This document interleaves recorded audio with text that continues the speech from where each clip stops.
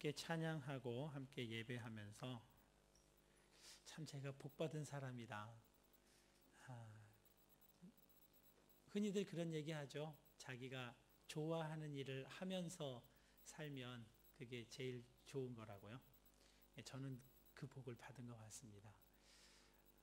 우리 서로 옆에 앉아 계신 분하고 앞뒤에 앉아 계신 분하고 인사 한번 하겠습니다. 하나님의 사랑으로 사랑합니다.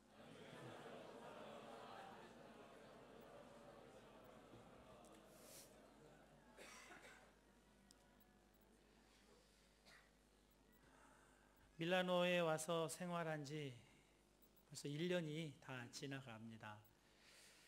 교회에서 마련해 주신 산도나토의 집이 처음부터 마음에 들었고 지금도 여전히 그 집은 참 좋습니다. 처음 그 집을 방문해서 둘러볼 때 가장 먼저 눈에 띄었던 것은 샤워 부스였습니다. 그 집은 부엌도였기 때문에 뭐 볼 게 없기도 했습니다. 그런데 한국의 아파트는 거의 대부분이 샤워 부스가 따로 없습니다. 욕조가 샤워 부스 겸으로 사용이 됩니다. 그런데 제 집에는 욕조도 있고 샤워 부스도 따로 있습니다. 그래서 특별히 목욕을 할 일이 아니면 이 샤워 부스를 참 자주 애용하고 있습니다. 샤워 부스가 있는 게 신기하고 그 샤워 부스를 사용하는 게 좋습니다. 머리 감을 때도 얼굴을 씻는 간단한 일을 할 때도 샤워 부스에 들어가서 샤워를 하면서 그 일을 같이 해결합니다. 씻기를 귀찮아하는 제가 이렇게 변화된 모습을 가장 좋아하는 사람은 제 아내입니다. 한 번은 샤워를 하면서 이렇게 물을 많이 사용해도 되나? 그런 생각이 얼핏 들었습니다. 한국은 물 부족 국가로 지정이 되어 있어서 항상 물을 아껴 써야 한다는 그런 의식을 합니다. 그리고 세제를 많이 사용하는 것도 환경 오염에 일조하는 일이니까 적게 사용해야 돼. 그런 생각을 하고 살았습니다. 그래서 샤워기로 물을 사용하지 않고 물을 받아서 쓰는 일을 실천하곤 했습니다. 또 늘 그렇게 하지는 못해도 그렇게 하는 게 옳지, 이 생각에는 변함이 없습니다. 그런데 그냥 머리만 감아도 되는데 샤워 부스에서 샤워를 하고 있는 제가 살짝 마음에 걸렸던 겁니다. 그때 제 마음에 첫 번째 들었던 생각은 우리나라도 아닌데 뭐, 이런 마음은 보통 여행 중에 들곤 하는 마음이죠. 호텔에서 며칠 지내다 보면 호텔에서 제공하는 것은 아낌없이 다 쓰고 싶습니다. 호텔비에 물값이 다 포함되어 있으니까 샤워 정도 해도 되는데 굳이 욕조에다가 물 가득히 받아서 평소에는 하지도 않는 거품 목욕을 하고 비누, 바디 샴푸 이런 거 풍족하게 다 써야 될 것처럼 의무감처럼 그렇게 사용을 합니다. 그렇게 안 하고 나온 날은 너무 아까워서 못 견디죠. 꼭 뷔페 식당 가면 과식하게 되는 그런 원리가 있는 것 같습니다.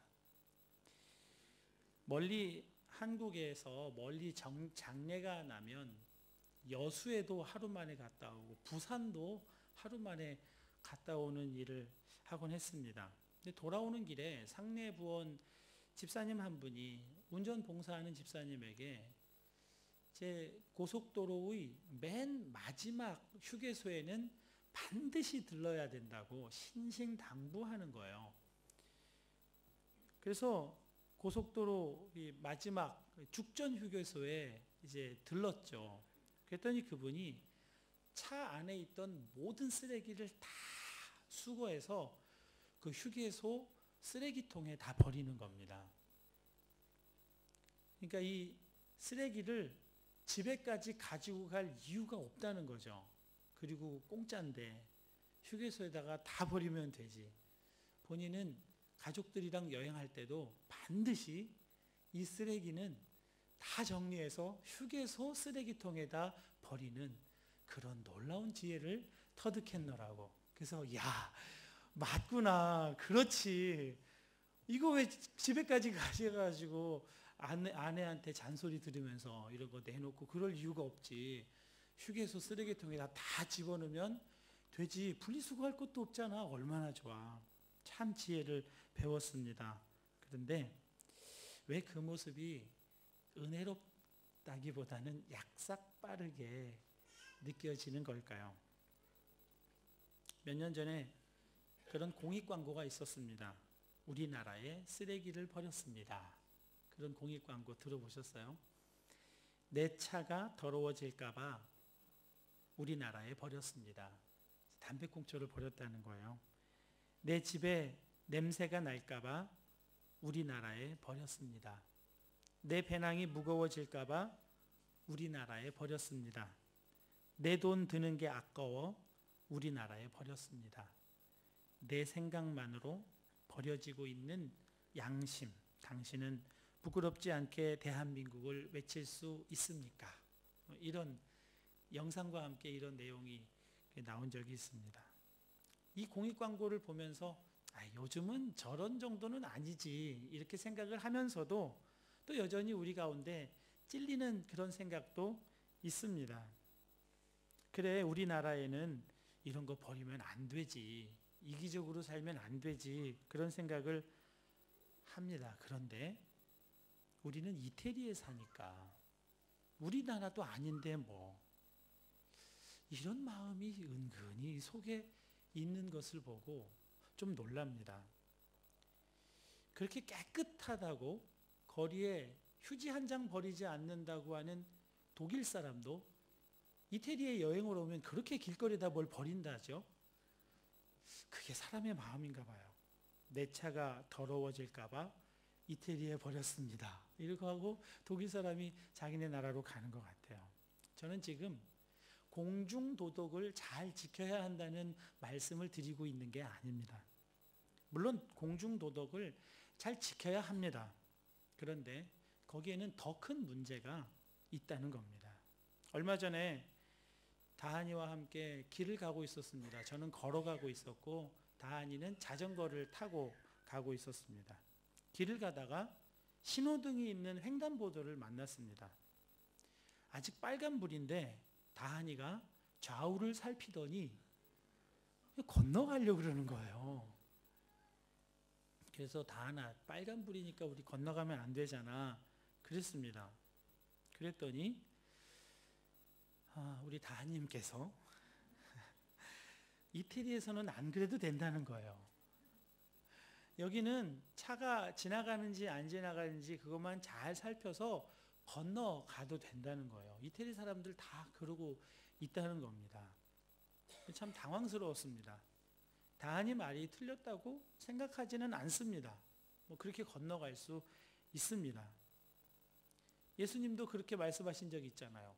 안식일이, 사람이 안식일을 위하여 존재하느냐, 안식일이 사람을 위해 존재하는 것이지, 그렇게 말씀하셨어요.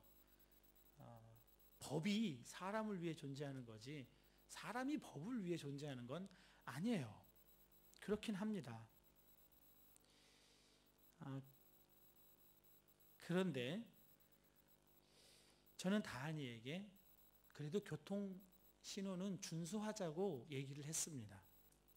충분히 그렇게 경직되게 살아가지 않고 유연하게 살아갈 수 있습니다. 충분히 그럴 수 있지만 문제는 교통 신호를 무시하는 습관이 내 몸에 배이는 것이 문제인 거죠. 그렇게 안 지키는 습관이 몸에 배이면 어느 날 습관적으로 좌우를 대충 살피고 차가 안 오는 것 같으면 습관적으로 빨간 등일 때도 그냥 자전거를 타고 도로를 건너가다가 미처 확인하지 못한 갑자기 나타나는 차를 어떻게 피하겠어요? 그런 습관을 가지고 살면 안 되는 거죠. 얼마나 위험하겠니? 그렇게 얘기를 해줬습니다. 그러자 다한이가 고개를 끄덕끄덕 하고 수긍해 주었습니다. 좋지 않은 습관이 발생시킬지도 모를 그런 위험에 자기 자식을 방치할 부모가 어디 있겠어요. 그래서는 안 된다고 얘기해 줬습니다. 정말 사람은 죄인이죠. 죄인 맞습니다. 죄를 지으라고 애써 노력하라고 권하지 않아도 우리는 너무나 쉽게 그냥 죄를 지으면서 살아갑니다. 그냥 죄 짓는 게 아무렇지도 않은 것처럼 여겨지면서 그냥 그렇게 죄를 짓습니다. 죄는 그냥 가만히 두어도 저절로 지으면서 살아가는 것이 죄인 것 같습니다. 그래서 사람에게는 그를 지켜주는 울타리가 있어야 하는 겁니다. 좋은 습관을 가지게 해주는 울타리가 있어야 됩니다. 이태리 사람에게는 이태리의 문화와 법이 그의 울타리가 되겠죠. 한국 사람에게는 한국 사람의 문화와 법이라고 하는 울타리가 있습니다. 그 속에 있으면 대부분 안전합니다. 그 울타리 안에서 살아가면 되는 거예요. 그래서 다 사회화 되어야 한다고 아이들을 교육하고 가르치지 않습니까? 그런데 문제는 밀라노에 사는 한국 사람은 이태리 사람처럼 살지 못하고 그렇다고 또 한국 사람처럼 살아갈 수도 없는 형편이라는 겁니다. 그래서 그 무엇도 내게 울타리가 되어주지 못하는 상황에 빠질 때가 많다는 겁니다. 고대 그리스 로마 시대에 지중해 연안에는 수많은 폴리스들이 있었습니다. 이 폴리스는 작은 국가들을 가리키는 명칭인데요. 대표적인 폴리스가 아테네와 스파르타입니다. 아테네는 아주 민주정치의 상징으로 여겨지는 잘 알려져 있는 폴리스죠. 또 스파르타는 스파르타식 교육, 이런 말을 떠올리게 할 만큼 아주 강인한 교육으로 알려져 있는 그런 폴리스입니다. 아주 시민과 국가가 이 시민의식이 투철하고 민주의식이 투철해서 거의 일체감을 느끼면서 살았다고 합니다. 그러니까 시민이 곧 폴리스이고 폴리스가 곧 시민인, 그러니까 내가 꼭 나라 같고 나라가 꼭 나 같은 그런 일체감과 연대감 속에서 살아갔다고 해요. 그런데 이 폴리스를 알렉산더 대왕이 다스리던 마케도니아 왕국이 점령해버립니다. 그래서 이 폴리스들이 다 깨져나갔습니다. 내가 폴리스고 폴리스가 난데 폴리스가 깨져나가니까 이 폴리스에 살던 시민들이 다 깨져나가는 겁니다. 공동체로 살다가 공동체가 사라지니까 개인으로 살아가야 되는데 개인으로 살아가 본 적이 없기 때문에 어떻게 살아가야 할지를 몰라서 굉장히 당황하고 방황했습니다. 그때 그들을 위해서 스토아 철학, 에피쿠루스 철학, 이런 것들이 나타났습니다. 개인의 행복에 대해서 가르쳐주는 그런 철학들이 나타나죠. 그렇지만 그것으로 해결되지는 않았습니다. 7, 80년대 우리 한국 도시교회의 성장을 사회학적으로 연구한 보고서를 한번 본 적이 있습니다. 그 보고서에 따르면 도시교회가 크게 부흥하고 성장하게 된 사회학적인 요인은 이농현상에 따른 농촌사회의 붕괴, 농촌사회 공동체를 떠난 사람들에 있다 하는 보고서였습니다. 농촌에서 살기 어려워진 사람들이, 수많은 사람들이 도시로 몰려왔습니다. 그런데 이 농촌의 삶의 환경과 완전히 다른 거예요. 농촌은 시족 혹은 부족 공동체입니다. 그래서 그냥 그 안에서 할아버지, 할머니, 아버지, 어머니가 살아가신 모습 그대로 살아가면 돼요. 근데 그대로 살지 않으면 이제 이웃 사람들한테 혼나고 야단 맞고 또 따돌림 당하고 이러면서 저절로 그 공동체의 일원으로 살아가도록 교육이 됩니다. 그리고 그 공동체가 이 한 사람에게는 아주 소중한 울타리가 되어주죠. 그런데 도시에 오니까 핵가족이에요. 아무도 내 울타리가 되어주질 않는 겁니다. 그래서 내 울타리가 되어줄 교회로 많이 찾아왔다는 겁니다. 교회 오니까 관계 형성도 되고 또 어떻게 살아가야 할지도 가르쳐주고 그렇게 문화도 가르쳐 주어서 그래서 교회가 그렇게 7, 80년대에 폭발적인 성장을 했다는 사회학적인 그런 보고입니다. 저는 밀라노의 한인 사회가 꼭 그런 형편에 있는 것 같습니다. 이태리인도 아니고 한국인도 아닌 이 어정쩡한 생활을 살아가는 겁니다. 주재원들은 큰 문제 없이 진급해서 한국으로 복귀하면 그만인 거예요. 유학생들은 자기가 목표로 한 그 목표를 달성하고 어디론가 가도 돼요. 문제가 없습니다. 우리 교민들은 여기에 그냥 눌러 앉아서 살겠다고 결정한 교민들은 어떨까요? 우리 교민들 마음에도 여기서 잘 안 되면 한국 가지 뭐 이런 마음이 사실 밑바닥에 깔려 있는 것이 사실인 것 같습니다. 여기다가 내 뼈를 묻어야지 그렇게 생각하는 사람 별로 만나보지 못한 것 같습니다.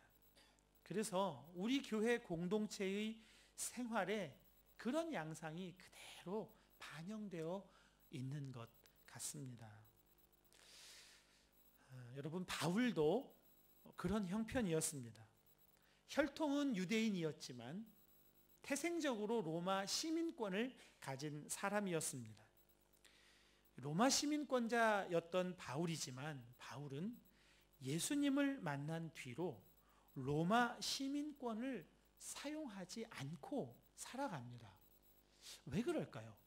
왜 바울은 그렇게 모두가 식민지 백성들이 선망하는 로마 시민권을 사용하지 않으면서 살아갈 수 있었을까요? 예수님 때문이었습니다.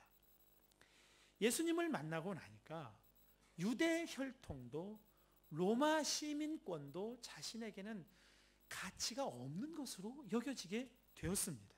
예수님 한 분 계시면 정말 충분하다고 그렇게 실제로 믿었어요. 그래서 그 예수님으로 살아갔습니다. 예수님이시면 돼 하고 살아갈 수 있었습니다. 그 고백이 빌립보서 3장 20절에 이렇게 기록되어 있습니다. 그러나 우리의 시민권은 하늘에 있는 것이라. 거기로부터 구원하는 자 곧 주 예수 그리스도를 기다리노니. 그의 시민권은 유대 혈통도 아니고 로마 시민권도 아니고 하늘 천국에 그의 시민권을 두고 살아갔습니다. 자신의 정체성을 유대에도 로마에도 두지 않고 하늘에 두기로 한 겁니다. 왜냐하면 바울에게 유대교도 로마 시민권도 다 배설물처럼 여겨졌기 때문입니다. 빌립보서 3장 7절 8절 말씀입니다. 그러나 무엇이든지 내게 유익하던 것을 내가 그리스도를 위하여 해로 여길 뿐더러 또한 모든 것을 해로 여김은 내 주 그리스도 예수를 아는 지식이 가장 고상하기 때문이라. 내가 그를 위하여 모든 것을 잃어버리고 배설물로 여김은 그리스도를 얻고. 그것들을 배설물로 여길 때 그리스도가 진짜 내 인생을 이끌어 가시는 주인이 되기 때문에, 그분이 주인 되면 이러한 것들은 배설물처럼 여겨졌다는 것입니다. 여러분, 예수님을 믿는다고 하는 것은 정말 이런 놀라운 능력이 있습니다. 밀라노에 사는 것이 그렇게 자랑스러울 일도 아니고, 나를 친해제로 여기는 이태리 사람들한테 나는 코레아노라고 굳이 항변하지 않아도 괜찮은, 한국 사람으로 여겨지지 않아도 별 문제가 안 되는 그런 것이 우리 안에 있는 겁니다. 예수님 믿는 사람, 그리스도인으로 충분한 마음이 우리 가운데 있는 겁니다. 그 신분이면 돼요. 예수님 믿는 사람이라는 신분이면 충분합니다. 지난 토요일 우리 교회, 토요일이 아니고 금요일 우리 교회 유학생 부부 중에 아내 되는 자매가 이 콩쿨 파이널에 이제 나갔습니다. 피아노 연주에 맞춰서 이렇게 노래를 하다가 이제 파이널에 나가다 보니 오케스트라와 함께 이제 협연을 해야 되는 거예요. 그러니까 굉장히 그것이 부담이 되고 익숙하지 않으니까 많이 힘들었던 것 같습니다. 저한테 메시지를 보냈어요. 기도를 좀 꼭 해달라고요. 근데 그때 마침 제가 교육관에서 기도를 하고 있었거든요. 그래서 그 기도 제목대로 열심히 기도했습니다. 기도 제목은 1등하게 해달라는 게 아니었어요. 그 무대에 서서 예수님만 바라보고 아무 두려움, 염려, 부담, 욕심 없이 노래할 수 있게 해달라는 그 기도 제목이었습니다. 그래서 열심히 정말 기도해 주었습니다. 그런데 그냥 여기서만 기도하고 끝내고 싶지가 않았어요. 그 현장에 가서 그곳에서 기도하고 또 응원도 해주고 싶은 마음이 들었습니다. 그래서 오후에 새가족 신방을 마치고 아내와 함께 그 도시로 이제 갔습니다. 이 젊은 부부가 입장표를 이제 구입해 주어서 난생 처음으로 이태리 극장에 테아토르 죄송합니다.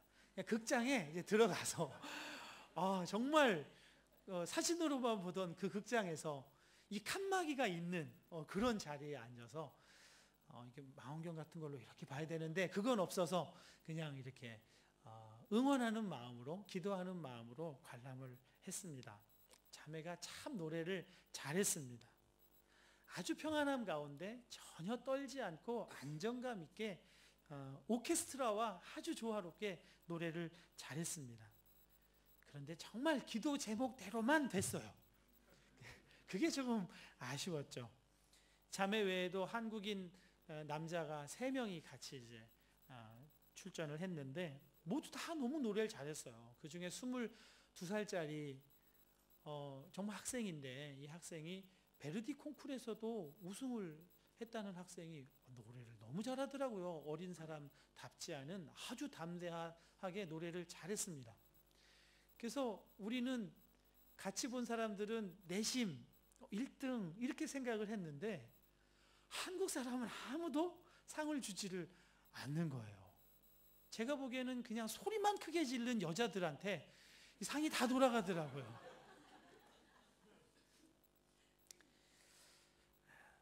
좀 의심을 했어요. 이 심사가 좀 불공정한 거 아니야? 이런 마음들을 좀 가졌습니다. 그런데 저는 그때 조금 다른 생각도 들었습니다. 정말 한국인으로서 이태리 사람의 정서가 가득 담긴 이 노래를 이태리 사람들이 감동받도록 노래하는 일이 가능할까? 그런 질문이 들었습니다. 그것은 참 넘기 쉽지 않은 거의 불가능에 가까워 보이는 그런 도전으로 생각이 들었습니다. 삭 같은 이태리 사람이 부채 들고 창가를 부르면 우리가 거기에서 이야 잘한다 감동이 되겠습니까? 근데 그렇지 않은 것과 같다 하는 그런 얘기를 들은 적도 있어서 그 생각도 났습니다. 정말 불가능해 보이는 일에 도전하는 우리 유학생들이 참 대단하다, 귀하다 하는 생각도 같이 했습니다. 여러분, 예수님을 믿는 우리는 이태리 사람처럼 살 수 없습니다.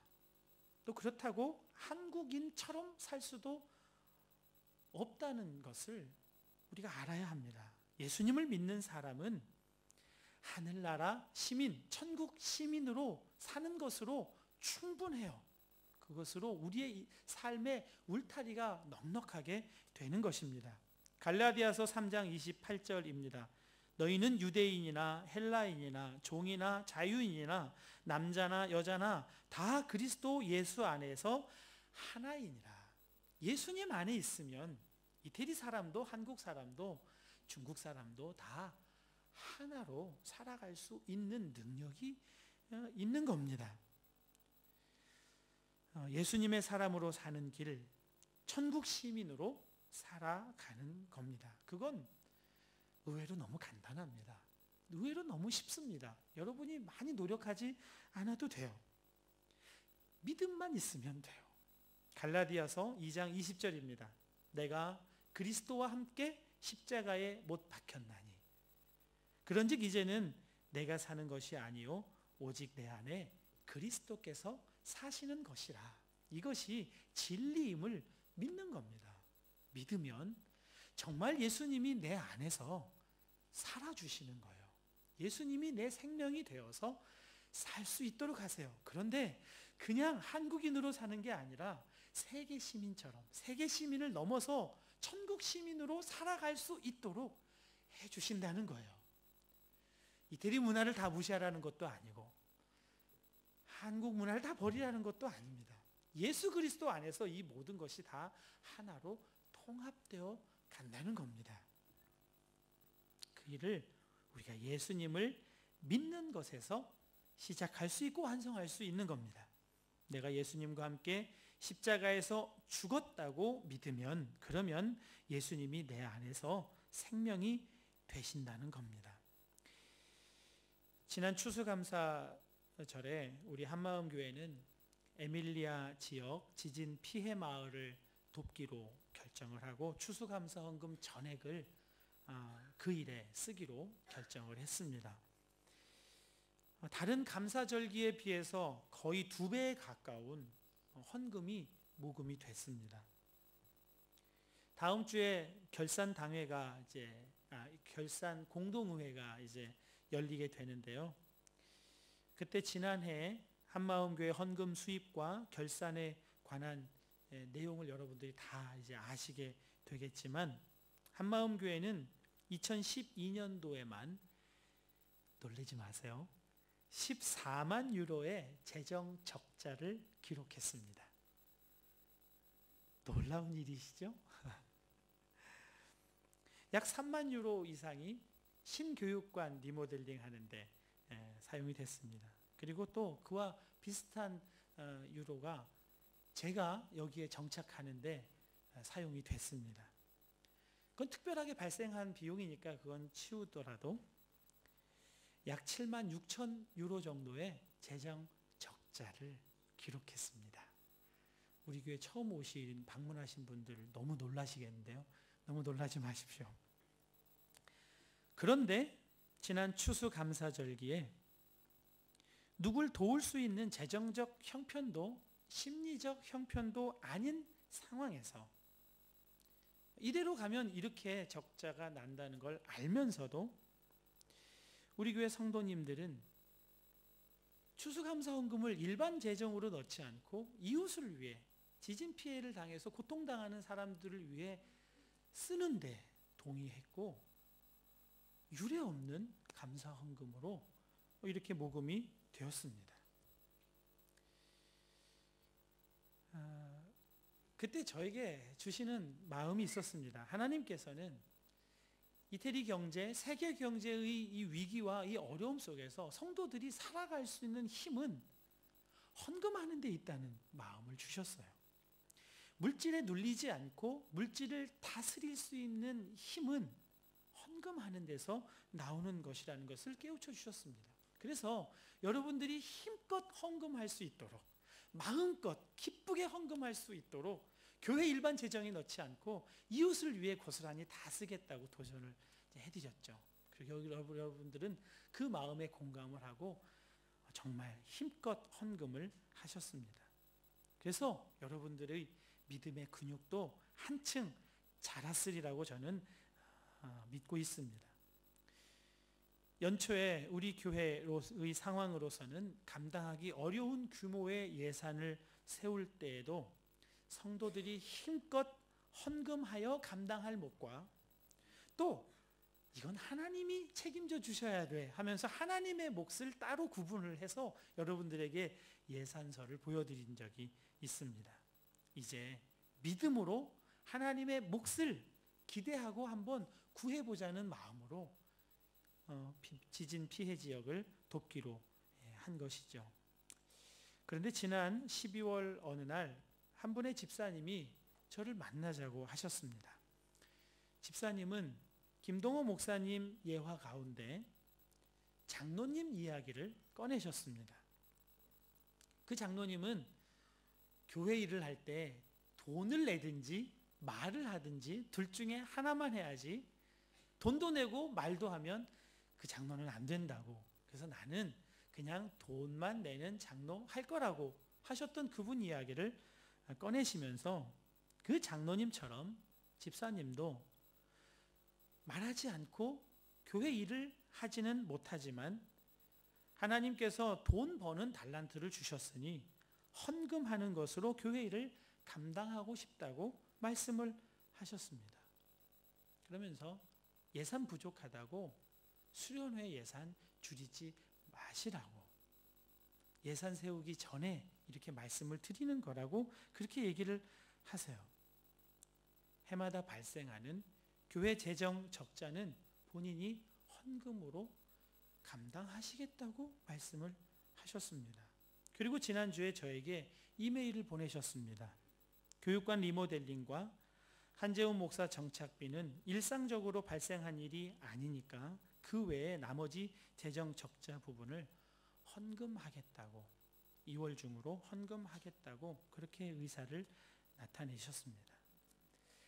저는 그분이 하신 말씀을 지금까지 잊을 수가 없습니다. 해외 한인교회들이 참 많고 해외에 있는 한인교회들이 참 중요하지만 밀라노에 있는 한인교회는 다른 어떤 교회보다 정말 중요한 것 같습니다. 우리 성도님들이 이 교회에서마저 행복하지 못하면 정말 이 밀라노 사회에서 행복하게 살아갈 길이 없을 것 같습니다. 교인들이 행복해졌으면 좋겠습니다. 그렇게 말씀하셨습니다. 저는 높은뜻 숭의교회와 높은뜻 광성교회에서 목회를 배울 때 거액의 헌금을 하시는 분들을 종종 보아왔습니다. 그런데 그분들의 대부분은 특별 헌금입니다. 어떤 특별한 프로젝트를 위한 헌금이었습니다. 건축 헌금, 장학 헌금, 선교 사업, 그리고 대부분은 그 일을 본인이 맡았을 때 그 헌금을 합니다. 그러면 그 헌금을 하신 분이 굳이 이름을 주보에 내지 않아도 어떤 분인지 그 일이 이루어짐과 함께 드러날 수밖에 없습니다. 그런데 우리 교회 그 집사님은 그냥 일반 재정 헌금의 재정, 일반 재정의 부족분을 메우는 헌금을 하시는 겁니다. 이름이 날 것도 없고 어떤 대단한 업적이 이루어지는 것도 아닙니다. 정말 한마음 성도들이 행복하게 교회 생활하기를 바라는 마음일 뿐이라는 것이 그대로 드러납니다. 여러분에게 돈이 많으면 이렇게 헌금하시겠어요? 이건 사람의 생각이 아닙니다. 하나님이 부어주시는 마음이 아니면, 하나님께서 갖게 하시는 생각이 아니면 이렇게 할 수가 없습니다. 하나님은 정말로 밀라노 한마음교회 여러분을 사랑하시는 것 같아요. 도대체 왜 사랑하시는지 저는 잘 모르겠어요. 근데 정말 여러분을 정말 아끼고 사랑하시는 것 같습니다. 우리가 하나님의 몫을 기대한 것, 어려운 중에도 이웃을 돌보기로 한 것, 믿음의 실험에 도전한 것을 하나님이 정말 기쁘게 여기셨음을 이렇게 확실한 증거로 보여주고 있습니다. 예수님이 이 반석 위에 내 교회를 세우겠다, 그렇게 말씀하셨습니다. 반석이 뭐죠? 가톨릭에서는 베드로라고 합니다. 그런데 개신교에서는 베드로의 고백이라고 말을 하죠. 주는 그리스도시요 살아계신 하나님의 아들이시니이다 라는 믿음의 고백이라는 겁니다. 근데 고백이 그 사람이잖아요. 그 사람이 그 고백을 했으면 그 가치로 살아가니까 베드로가 곧 그 고백이고, 고백이 그거 곧 베드로입니다. 그 고백 위에 내 교회를 세우겠다 하고 예수님이 말씀하셨습니다. 예수님이 나의 하나님이십니다. 이제는 더 이상 내가 살지 않고 내 안에 오신 예수님이 나의 주님이 되셔서 주님이 이끄시는 대로 살겠습니다 라는 십자가 복음의 고백입니다. 예수님이 십자가에서 죽기 위해 오셨고 부활하셔서 믿는 자의 생명이 되셨습니다. 예수님을 믿는 예수님의 사람들이 교회죠. 여러분을 교회로 세우시겠다고 하는 겁니다. 예수님을 정말 내 주님으로 모신 우리가 교회로 세워지는 것입니다.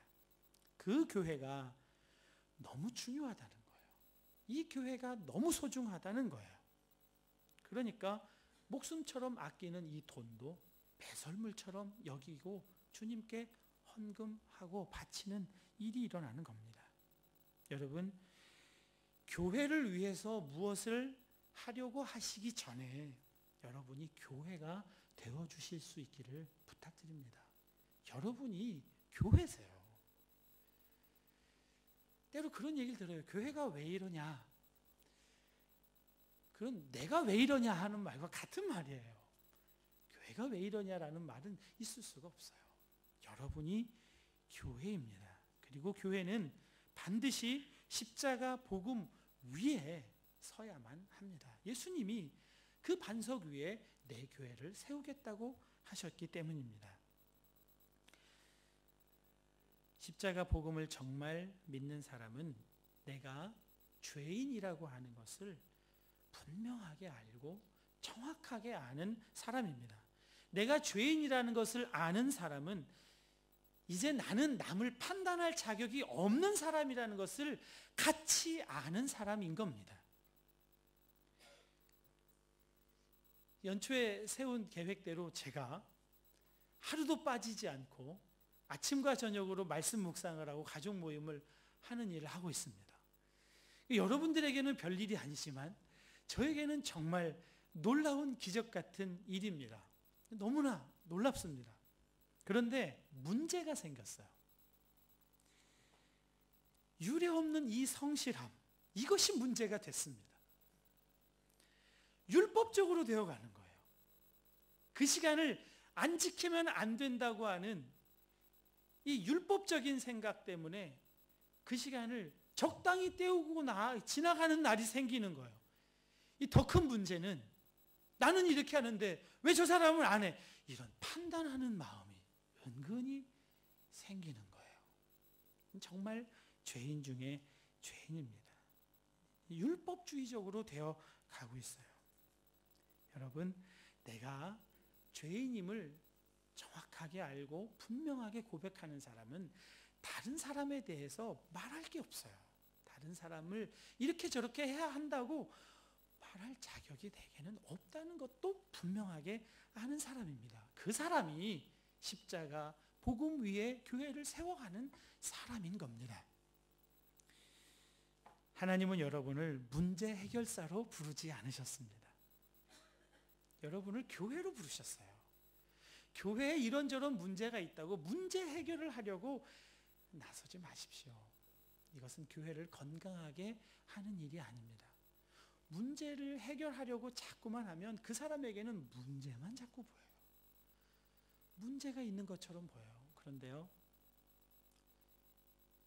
그러면 우리는 하나님을 모독하게 됩니다.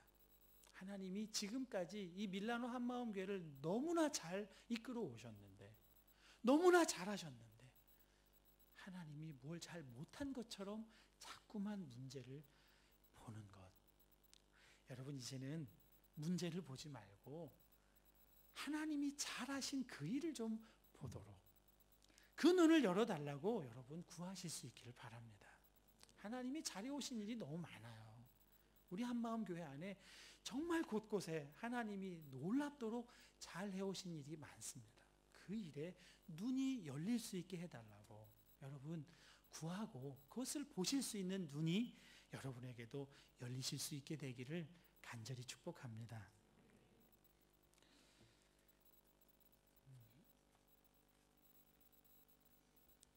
정말 밀라노의 교회는 중요합니다.